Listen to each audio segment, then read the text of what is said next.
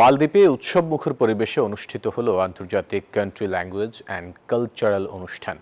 এতে বিভিন্ন দেশের সঙ্গে অংশ নেয় বাংলাদেশ, তুলে ধরে নিজস্ব সংস্কৃতি, ঐতিহ্য ও ইতিহাসের অনন্য দৃষ্টান্ত।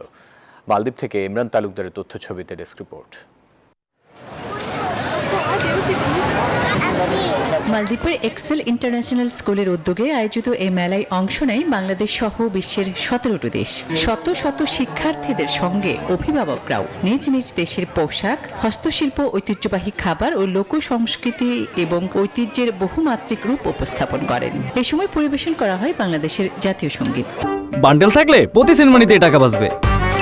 বিকাশ সেনমানি বান্ডেল কিনে জিতুন প্রতি লেনদেনে।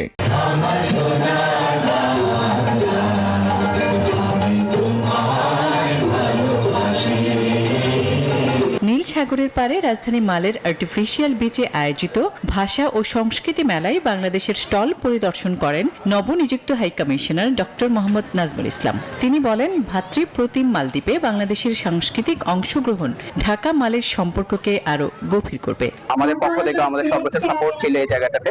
আমাদের কালচারকে, আমাদের সংস্কৃতিকে আমরা আরো বেশি উত্তরোত্তর সব জায়গায় ছড়ানোর চেষ্টা করব।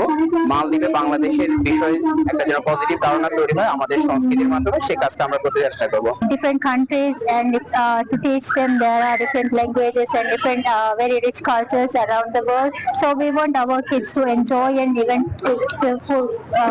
fill with fun activities. ভবিষ্যতে আরো বৃহৎ পরিসরে বাংলাদেশ এমন আন্তর্জাতিক সাংস্কৃতিক কর্মকাণ্ডে অংশ নেবে, এমনটাই প্রত্যাশা প্রবাসীদের। Desk report, news 24।